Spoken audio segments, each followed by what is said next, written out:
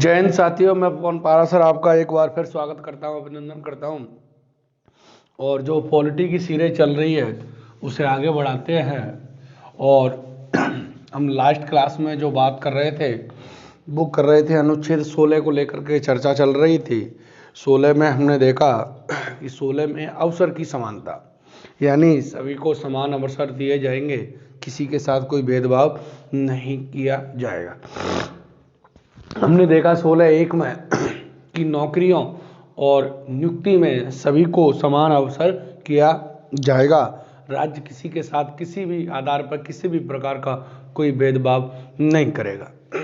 16(2) में देखा कि राज्य 7 आधारों पर, कितने आधारों पर? 7 आधारों पर किसी भी प्रकार का भेदभाव नहीं करेगा। तो 15 में कितने आधार पड़े थे? 5। और 16 में कितने आधार है? 7। धर्म, मूल वंश, जाति, लिंग, उद्भव, जन्म स्थान एवं निवास के आधार पर राज्य किसी भी नागरिक के साथ कोई भेदभाव नहीं करेगा। ये पढ़ा हमने 16(2) में। यानी कितने आधार पड़े? 7 आधार पड़े। ये हमें क्रम से याद रहने चाहिए।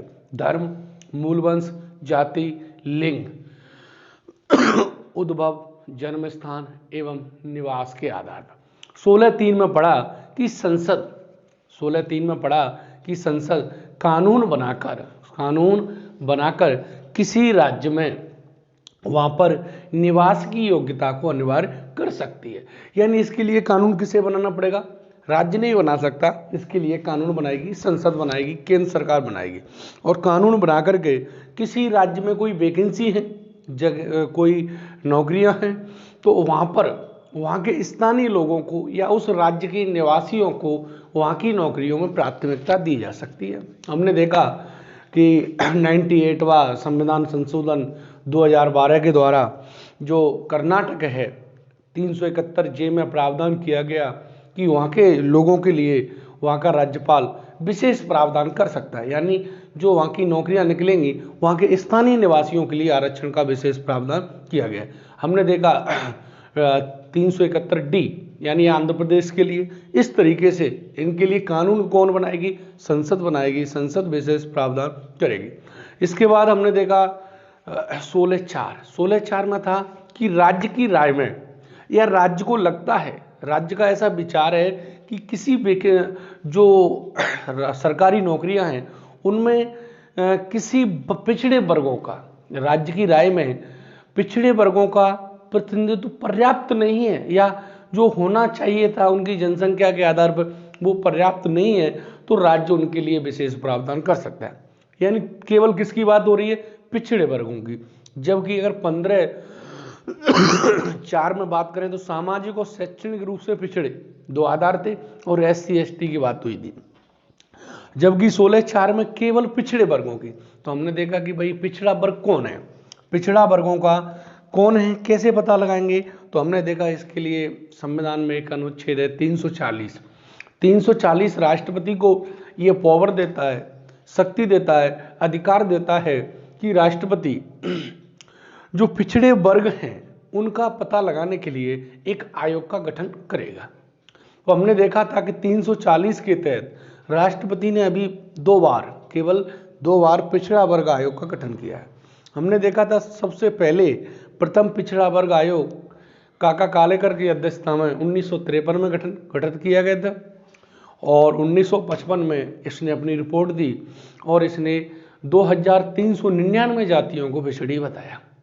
फिर हमने देखा कि मोरारजी देसाई सरकार ने 1979 में 1 जनवरी 1979 में BP मंडल, बिंदेश्वरी प्रसाद मंडल का गठन किया गया, जिसने अपनी रिपोर्ट 80 में दी। और इसने जो मंडल आयोग था या द्वितीय पिछड़ा वर्ग, इसने कहा कि भारत में 3743 जातियां पिछड़ी हैं। कितनी जातियां? 3743 जातियों को पिछड़ी बताया। और उन्होंने कहा कि भारत की जनसंख्या में इनका जो परसेंटेज है वो है 52। कितने परसेंट बताया? 52। और इसने कहा था कि जो OBC है या जो पिछड़ी जातियां हैं, बैकवर्ड क्लास है, इनके लिए सेंटर की नौकरी में 27% आरक्षण की क्या की सिफारिश की। किसने? बीपी मंडल आयोग ने, द्वितीय पिछड़ा वर्ग आयोग ने 27% आरक्षण की सिफारिश की, परंतु 10 वर्षों तक इसकी रिपोर्ट पर किसी भी राजनीतिक दल या गवर्नमेंट ने ध्यान नहीं दिया। 13 अगस्त 1990 में बीपी सिंह सरकार, विश्वनाथ प्रताप सिंह जब प्रधानमंत्री बने तो उन्होंने ओबीसी के लिए 27% आरक्षण की घोषणा कर दी। और बाद में जब चुनाव हुए तो नई सरकार बनी पीएम नरसिम्हा राव के नेतृत्व में। तो प्रधानमंत्री नरसिम्हा राव ने जनरल के लिए 1991 में 10% की घोषणा कर दी, यानी 10% उनको आर्थिक आधार पर आरक्षण का प्रावधान कर दिया। इसके बाद हमने देखा था कि इन दोनों को, जनरल को 10% आरक्षण दिया था और जो ओबीसी को 27% आरक्षण दिया था, इन दोनों को इंदिरा साहनी बाद में चुनौती दी गई, जिसे मंडल बाद के नाम से भी जाना जाता है। जब इनको चुनौती दी गई तो सुप्रीम कोर्ट ने कहा कि जो ओबीसी को 27% आरक्षण दिया है, यानी ओबीसी को जो 27% आरक्षण दिया वो वैध है, संविधान के अनुसार है, कोई दिक्कत नहीं है। परंतु जो जनरल को, सामान्य वर्ग को 10% आरक्षण दिया है वो संविधान के अनुसार नहीं है, गैर संवैधानिक है, अवैध है, असंवैधानिक है। क्यों? क्योंकि संविधान में आर्थिक आधार पर आरक्षण का कोई प्रावधान है ही नहीं। आर्थिक आधार पर आरक्षण का क्या नहीं है? किसी भी प्रकार का कोई प्रावधान नहीं है। दूसरी बात कही कि जो आरक्षण की सीमा है वो अधिकतम सामान्य परिस्थितियों में कितने होना चाहिए? 50% से अधिक नहीं होना चाहिए। दूसरी बात कही इंदिरा साहनी वाले बाद में कि जो आरक्षण है वो केवल नियुक्ति में दिया जाना चाहिए, स्टार्टिंग में दिया जाना चाहिए, प्रमोशन में आरक्षण नहीं दिया जाना चाहिए। अगली बात कही कि जो ओबीसी के लिए 27% आरक्षण वैध है, कोई दिक्कत नहीं है, परंतु इसमें एक क्रीमी बनाया जाए, यानी ऐसे वर्ग ओबीसी के अंदर, ऐसे लोग जो ऐसे ऊपर के लोग, जो मलाईदार लोग, जो मतलब जो संपन्न लोग, उनको आरक्षण से बाहर रखा जाए। यानी जो लोग क्रीमी लेयर में ओबीसी के, केवल किसके अंतर्गत है क्रीमी लेयर? ओबीसी के अंतर्गत है। ओबीसी के अंतर्गत ऐसे वर्ग जिन्हें आरक्षण की आवश्यकता नहीं है वो ओबीसी के अंतर्गत, क्रीमी लेयर के अंतर्गत रखे गए।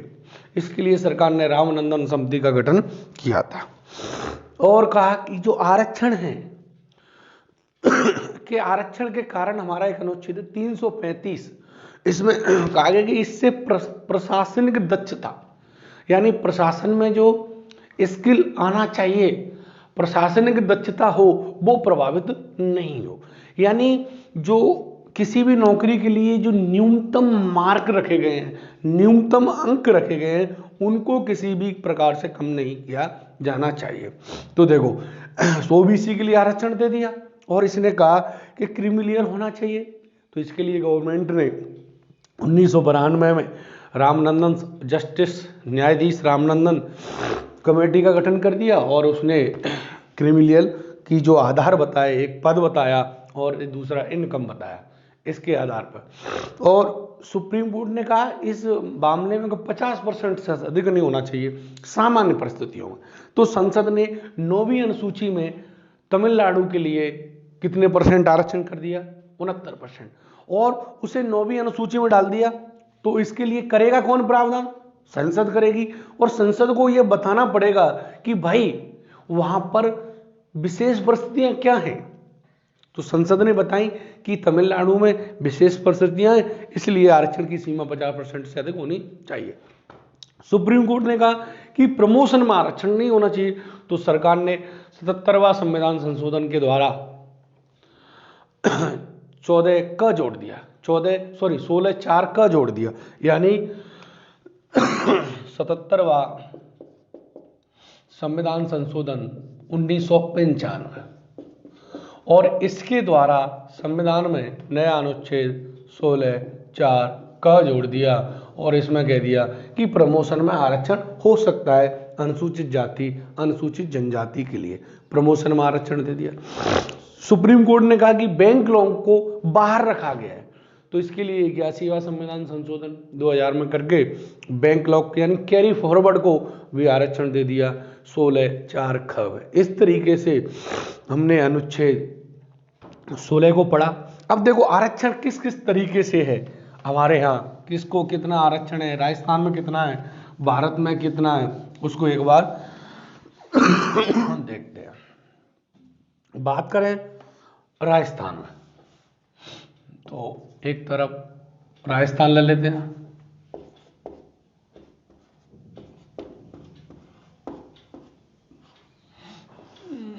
दूसरी तरफ भारत।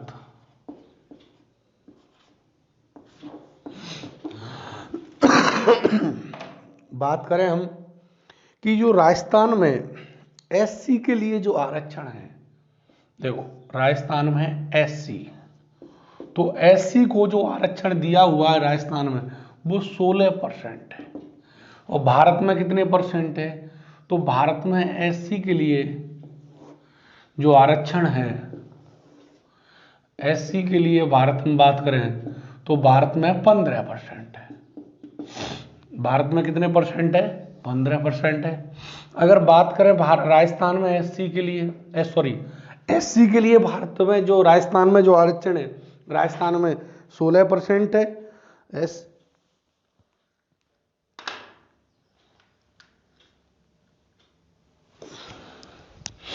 यानी एससी के लिए राजस्थान में जो आरक्षण है वो कितने परसेंट है, 16, और भारत में कितने हैं, 15%। एसटी के लिए बात करें राजस्थान में तो 12% है।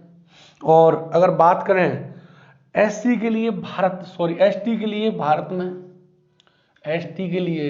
भारत में बात करें तो 7.5%, या इन्हें 7.5% भारत में।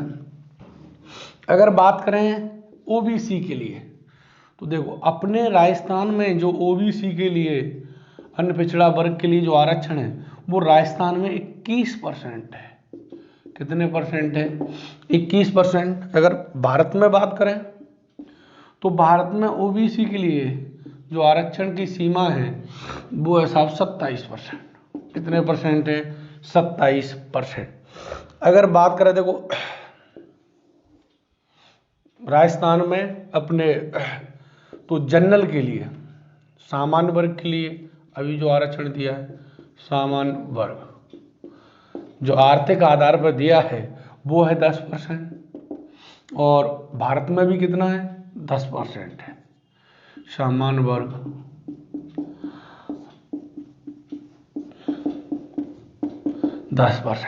परंतु राजस्थान में एक और आरक्षण है, वो है एसबीसी, स्पेशल बैकवर्ड क्लास, जो गुर्जर और 5 जातियों को दिया गया है।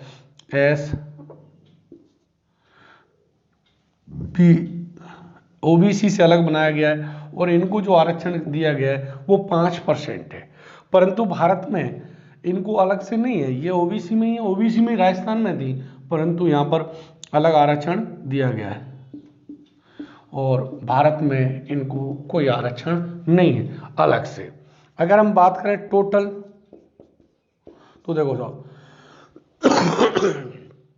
टोटल राजस्थान में कितने परसेंट आरक्षण होता है, तो 16 और 12 28, 16 और 12 28, और 28 1 29, और 29 और 20 49, 49 और 10 कितने हो गए साहब, 59, और 59 और 5 64% आरक्षण है राजस्थान में। कितने परसेंट है, राजस्थान में 64% है। अगर भारत की बात करें तो देखो भारत में 15 और 10 25, 25 और 7 32, 32 और 20 52, 52 और 7 कितने हो गए साहब, 59.5%, 59.5%। इस तरीके से आरक्षण का प्रावधान। अब कई लोग दिमाग लगा रहे होंगे कि सर ये अलग अलग आरक्षण क्यों है, क्योंकि जो आरक्षण दिया गया है वो जनसंख्या के आधार पर दिया गया है। किसके आधार पर दिया गया है? जनसंख्या पर के आधार पर दिया गया है। यानी अगर बात करें राजस्थान में एससी की जनसंख्या है वो कितने परसेंट है? एससी की जो जनसंख्या है वो अपने राजस्थान में 16% है। अगर बात करें वहीं एससी की भारत में तो कितने परसेंट है? 15। तो 15% आरक्षण है। अगर बात करें कि भारत में राजस्थान में एससी की कितनी आरक्षण है तो 12, और राजस्थान में लगभग 12% उनकी जनसंख्या है। और ये भारत में ये कितने परसेंट है? 15, 7.5%। अगर ओबीसी तो ये देखो ये ज़्यादा इंपॉर्टेंट है, यहाँ पर बच्चा कंफ्यूज रह जाता है। ओबीसी के लिए 27% राजस्थान में नहीं है। राजस्थान में कितने परसेंट है? 21, क्योंकि इनकी जनसंख्या राजस्थान में कितने परसेंट है? लगभग 21। और वहीं भारत में इनके लिए जो आरक्षण है वो 27%।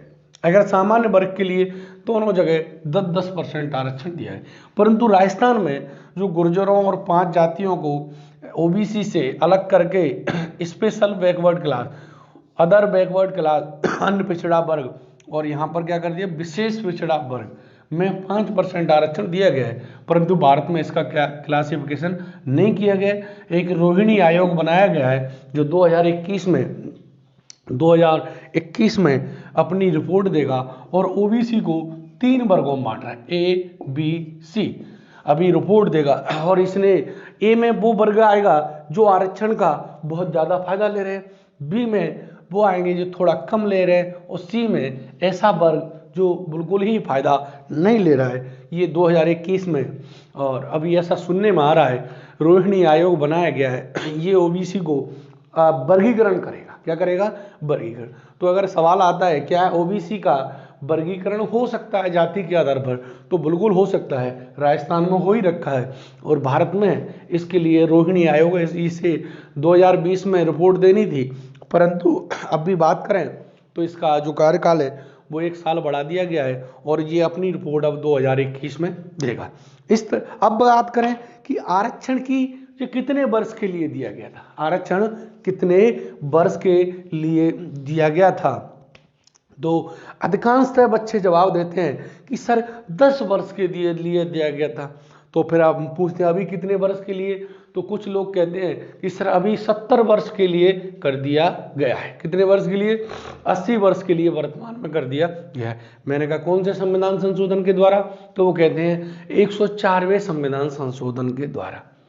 यानी इस आरक्षण को पहले 10 वर्ष ना, ध्यान रखना इस आरक्षण की कोई सीमा नहीं है।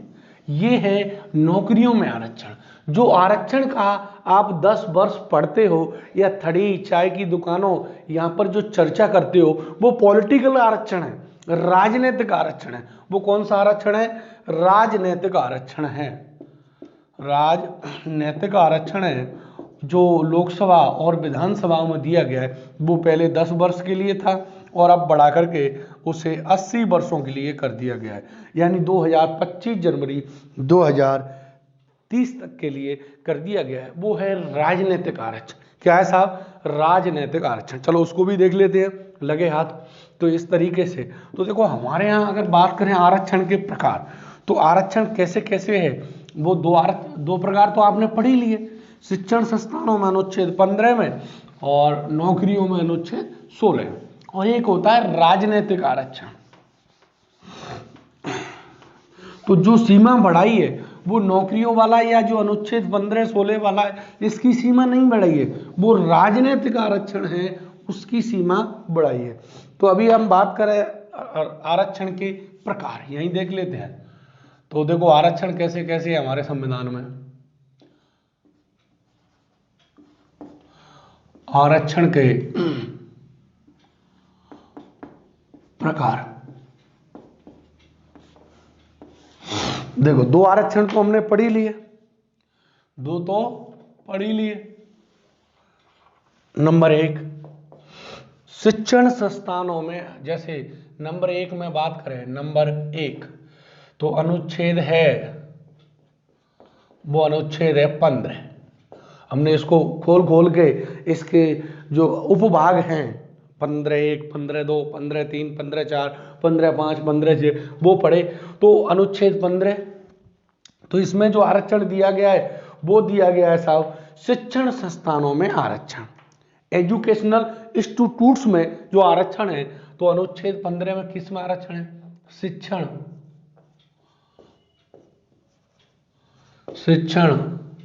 संस्थानों में आरक्षण। अब बात करें अनुच्छेद 16 नंबर 2,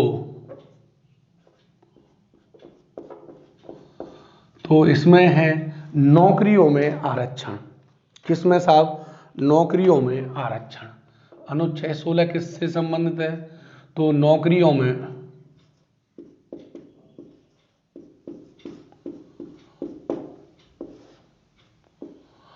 आरक्षण। ठीक है साहब। अब बात करते हैं नंबर 3 पे, राजनीतिक आरक्षण।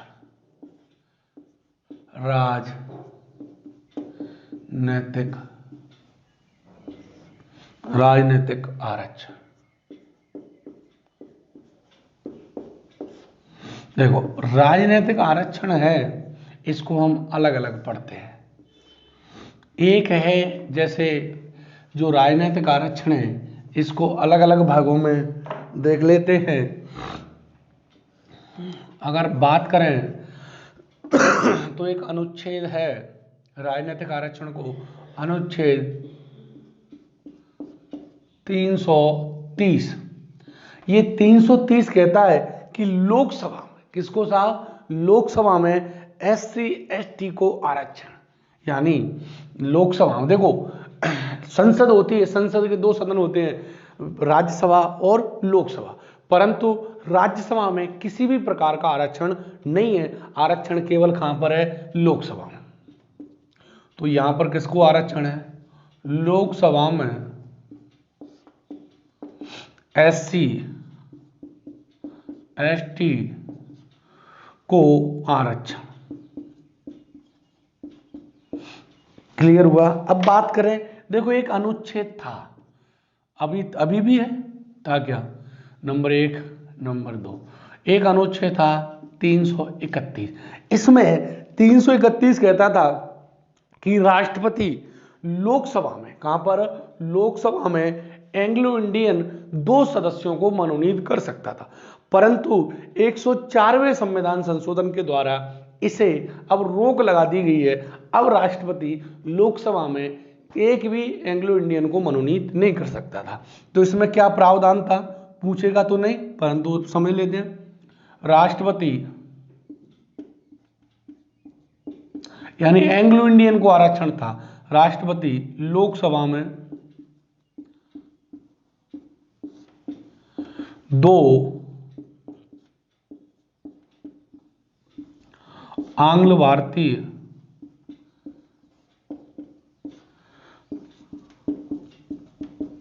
सदस्यों को मनोनीत कर सकते थे,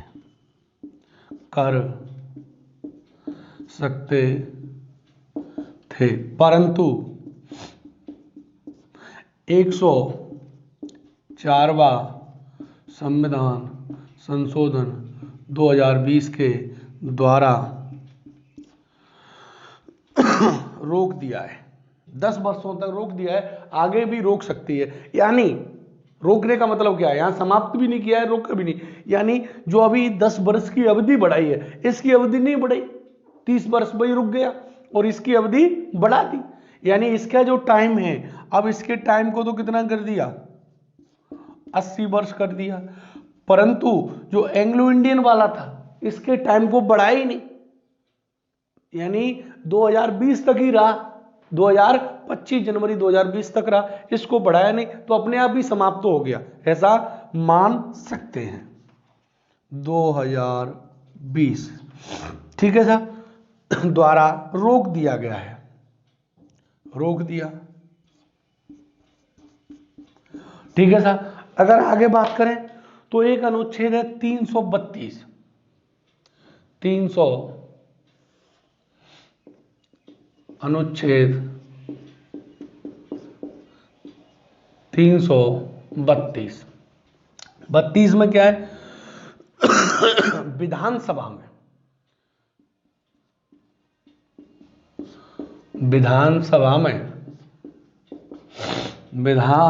में SC ST को आरक्षण, यानी SC ST को कहां पर आरक्षण है? विधानसभा। इसको भी जो टाइम है, यानी इसे किस संविधान संशोधन के द्वारा? 104वें के द्वारा, और 2020 में हुआ है ये। और इसे कहां तक के लिए कर दिया है? इसे कर दिया ऐसा है 25 जनवरी 2030 तक के लिए बढ़ा दिया है। और इसको तो रोक दिया, इसे तो बढ़ा ही नहीं, रोक दिया। और इसका भी जो टाइम है, इसके टाइम कितना कर दिया? इसका भी सेम बढ़ा है, 80 वर्ष। और किस संविधान संशोधन के द्वारा? तो 104वां संविधान संशोधन जो 2020 में हुआ है, और इसके द्वारा इसका जो टाइम कर दिया है वो कर दिया है 25 जनवरी 2030 तक, फिर आगे बढ़ा देंगे इस तरीके से। अगर बात करें, देखो सेम 31 में लोकसभा में आंग्ल भारतीयों को था, तो सेम 333 में कहां पर? विधानसभा में राज्यपाल एक सदस्य को क्या करता था? मनोनीत करता था विधानसभा में, एक सदस्य विधानसभा में आंग्ल भारतीय जो एंग्लो इंडियन थे। अब इसको भी क्या कर दिया? रोक दिया गया है, वही 2020 तक के बाद। अगर बात करें, देखो इस आरक्षण का जो टाइम था, वो टाइम दे रखा था, कितने वर्षों का था? तो यानी बात करें अनुच्छेद 334, तो जो आरक्षण का टाइम था, जो राजनीतिक आरक्षण का, वो टाइम दे रखा था किसमें? 324। स्टार्टिंग में कितने था? 10 वर्ष था। अभी इसे बढ़ा के कितना कर दिया है? 80 वर्ष। तो अभी जो संशोधन हुआ है, वो संशोधन कौन से में हुआ है? 334 में। और इसमें 104वां संविधान संशोधन 2020 के द्वारा इसे बढ़ाकर के, संविधान संशोधन के द्वारा बढ़ाकर के कितने वर्ष के लिए कर दिया है? 80 वर्ष के लिए। कहां से कहां तक? यानी जो 25 जनवरी 2020 से 25 जनवरी 2030 तक। तो इसका जो टाइम हुआ है वो हुआ है 25 जनवरी 2030 तक, इस तरीके से। तो ध्यान रखना, जो आरक्षण का जो समय सीमा है वो राजनीतिक आरक्षण की है, ना तो शिक्षण संस्थानों में आरक्षण है और ना ही नौकरियों में, और इसको नहीं बढ़ाया, वो इस आरक्षण को बढ़ाया है। तो एक बार इसको देखते हैं। अगर बात करें, देखो अनुच्छेद 15 में 15(4) में राज्य को कहा गया है कि राज्य सामाजिक और शैक्षणिक दृष्टि से और SC ST जो पिछड़ा हुआ है उनके लिए शिक्षण संस्थानों में विशेष प्रावधान कर सकता है। तो राज्य ने प्रथम संविधान संशोधन के द्वारा 15(4) कौन सा हम पढ़ चुके हैं, 15(4) में कर रखा है। फिर उच्च शिक्षण संस्थानों में 15(5) में कर रखा है। और अभी 103वें संविधान संशोधन के द्वारा सामान्य वर्ग को 16(6) के तहत क्या दिया है? शिक्षण संस्थानों में आरक्षण दिया है। इस तरीके से हमने पढ़ा। अगर हम बात करें नौकरियों में आरक्षण, तो देखो ध्यान रखने की बात यह है कि अनुच्छेद 15 उसके सब भागों को भूलो।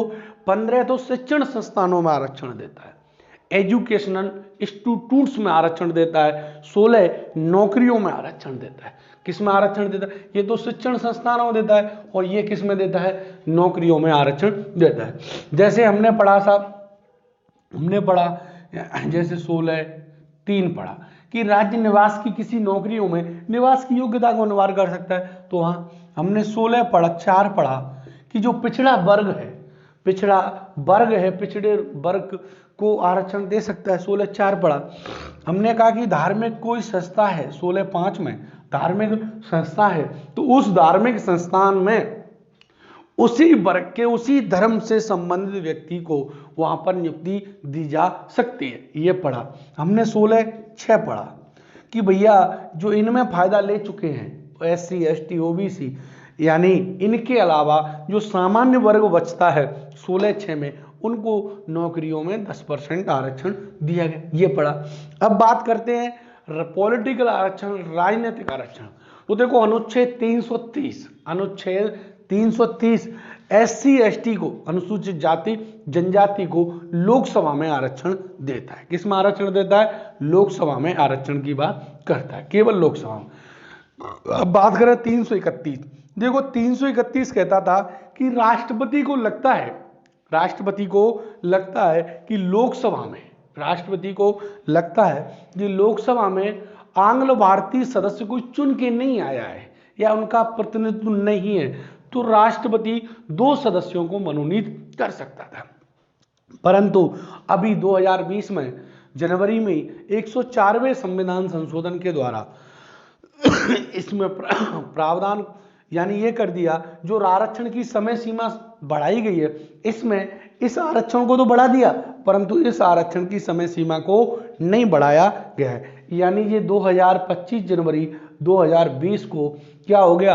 आगे नहीं बढ़ाया, तो अब इनकी राष्ट्रपति 331 के तहत आंग्ल भारतीय सदस्य को लोकसभा में मनोनीत नहीं कर सकता। 332 कहता है कि जो विधानसभा है राज्यों में, जैसे केंद्र में संसद होती है, ऐसे ही राज्य में कौन होता है? विधानमंडल होता है। जैसे संसद के 2 सदन होते हैं, राज्यसभा लोकसभा, ऐसे ही राज्य विधानमंडल के 2 सदन होते हैं, विधानसभा विधान परिषद। जैसे राज्यसभा में कोई आरक्षण नहीं है, ऐसे ही विधान परिषद में कोई आरक्षण नहीं है। तो विधानसभा में, यानी जो राज्यों में विधानसभा है, वहां पर SC ST को क्या दिया गया? आरक्षण दिया गया है। ऐसे ही यहाँ पे 331 के तहत 2 सदस्यों को लोकसभा में राष्ट्रपति मनोनीत कर सकता था। वैसे ही 333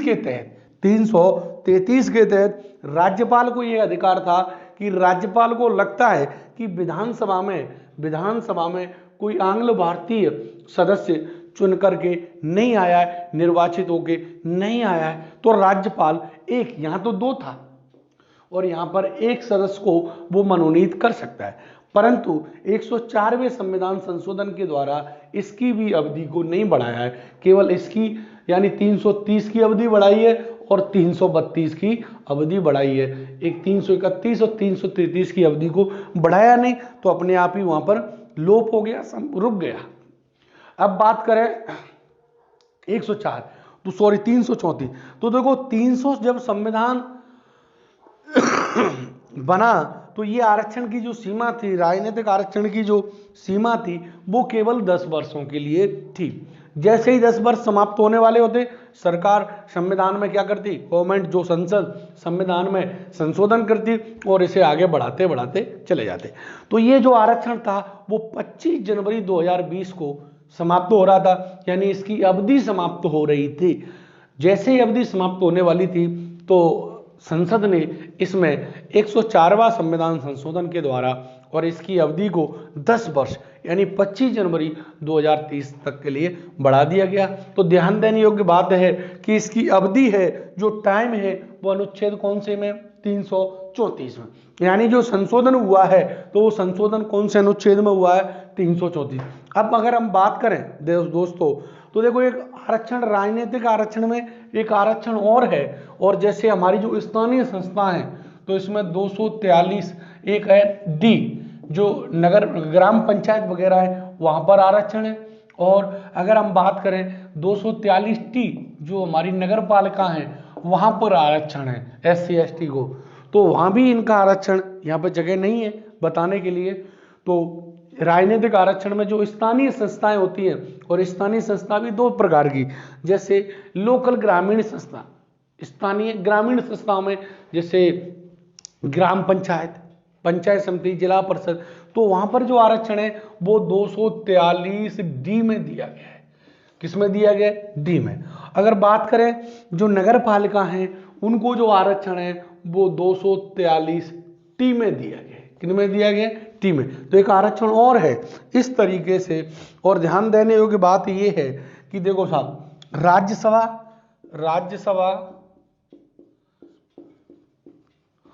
और विधान परिषद, विधान केंद्र में राज्यसभा और राज्य में, इनमें किसी भी प्रकार का कोई आरक्षण नहीं है। आरक्षण है वो केवल विधानसभा और लोकसभा में आरक्षण है। इस तरीके से हमने आरक्षण को देखा। अगर आगे हम चर्चा करते हैं अनुच्छेद 16 के बाद, तो अनुच्छेद 17, अनुच्छेद 17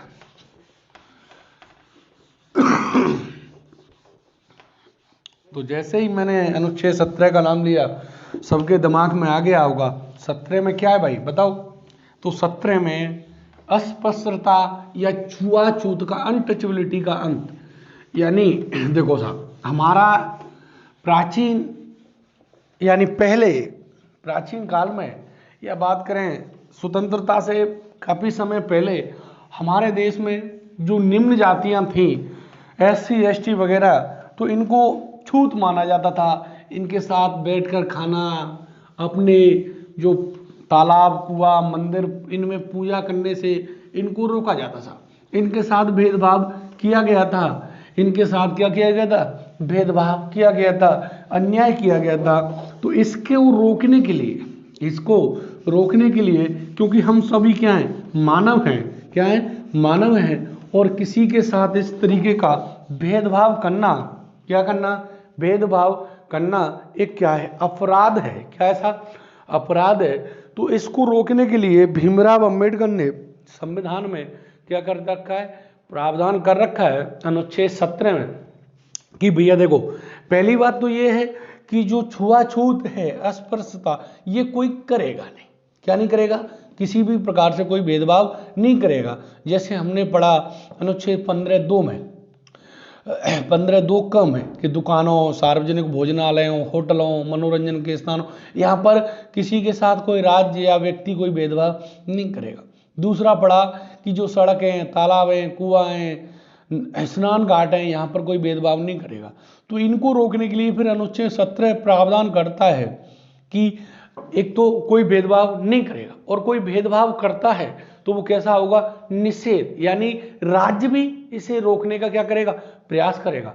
और कोई करता है तो पहली बात तो करेगा नहीं, और इसे रोकने के लिए राज्य क्या करेगा? प्रयास करेगा। प्रयास कैसे करेगा?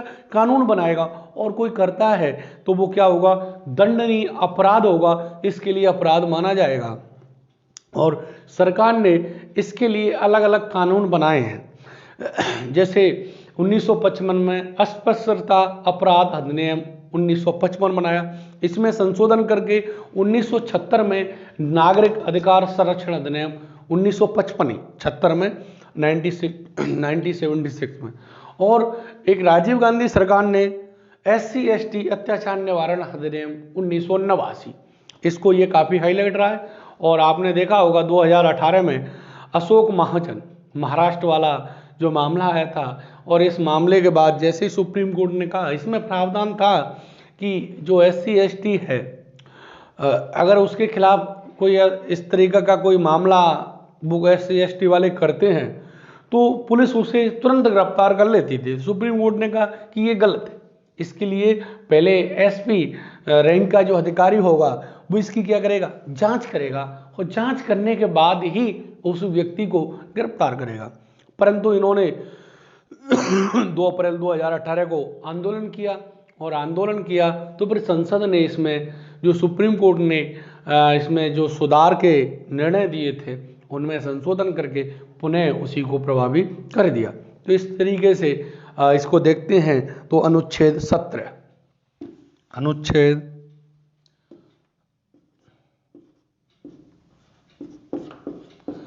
17, तो इसमें क्या प्रावधान है साहब? अस्पृश्यता या कहें छुआछूत का, छुआछूत छूत अस्पृश्यता या छुआछूत का अंत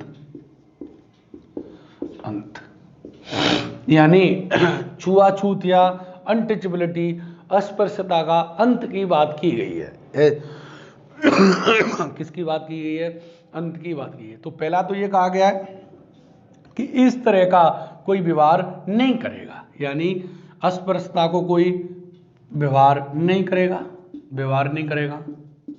दूसरा, कोई बढ़ावा नहीं देगा कि भैया ये इस मतलब कहीं मंदिरों पे, पूजा स्थलों पर, नदी, तालाब, सड़क, होटल जो भी सार्वजनिक होते हैं वहाँ पर इस तरह का कोई लिख करके या बोल करके या कहीं भी इस तरह का कोई बढ़ावा देता है, प्रचार प्रसार करता है और बढ़ावा नहीं देगा, व्यवहार नहीं करेगा और बढ़ावा नहीं देगा। और इसे रोकने का क्या करेंगे? प्रयास किए जाएंगे। दूसरा, अगर कोई ऐसा करता है तो वो क्या माना जाएगा? अपराध माना जाएगा। और जो अपराध हो यानी इसमें जो दंड के प्रावधान होंगे वो संसद क्या बनाएगी? इसके लिए संसद को कानून कौन बनाएगी? ध्यान रखना, तो केंद्र सरकार बनाएगी, संसद कानून बनाएगी। इसमें राज्य कानून नहीं बना सकता। कानून कौन बनाएगी? संसद बनाएगी। और संसद को ये शक्ति दे रखी है कि संसद इसमें कानून बनाने की क्या रखती है? शक्ति। तो संसद ने अब तक 2 बार कानून बनाए हैं। 1955 में बनाया पहली बार अस्पृश्यता अपराध अधिनियम 1955। तो पहला कानून बनाया अस्पृश्यता अपराध अधिनियम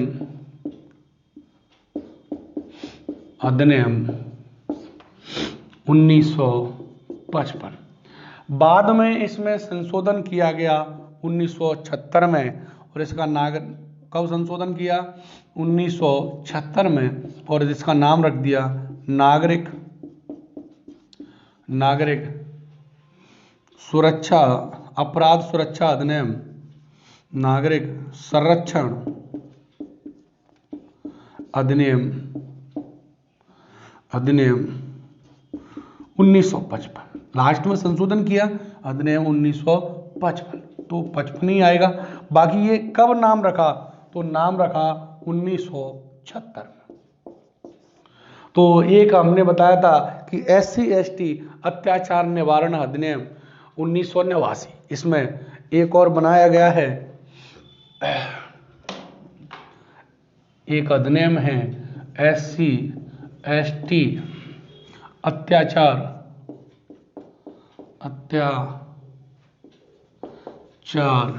एक्ट 1989। और हमने देखा था कि जो अधिनियम बना था इसके लिए अशोक महाजन बनाम महाराष्ट्र राज्य, ये 2018 का मामला है। और इसमें कहा गया था कि जो SC/ST के लोग हैं अगर ये पुलिस में FIR कराते हैं तो पुलिस जिसके खिलाफ FIR कराई है उसको पहले सुप्रीम कोर्ट ने आदेश दिया कि पहले पुलिस उसे गिरफ्तार नहीं करेगी, क्योंकि बहुत सारे क्या हैं? झूठे मामले हैं। पहले पुलिस किसी को गिरफ्तार नहीं करेगी, पहले एक SP रैंक का अधिकारी इसकी क्या करेगा? जांच करेगा। तो लोगों ने कहा कि ये हमारे साथ खिलवाड़ हो रही है, और 2018 में बहुत बड़ा आंदोलन हुआ, आगजनी हुई। तो फिर सरकार ने इसमें क्या किया? संशोधन किया, और संशोधन करके जो पुणे था वो पहले वाला ही प्रभावी हो गया। इस तरीके से अनुच्छेद 17 को देखा। और जो अनुच्छेद 18 है वो है उपाधियों का अंत। क्या है साहब? उपाधियों का अंत। और उपाधियों का अंत का मतलब है कि राज्य किसी भी प्रकार की कोई उपाधि नहीं देगा, राज्य क्या नहीं देगा, उपाधि नहीं देगा। और इसे पढ़ेंगे साहब अगली क्लास में। तो अभी हमने अनुच्छेद देखा 17। ठीक है, थैंक यू, धन्यवाद, मिलते हैं अगली क्लास में।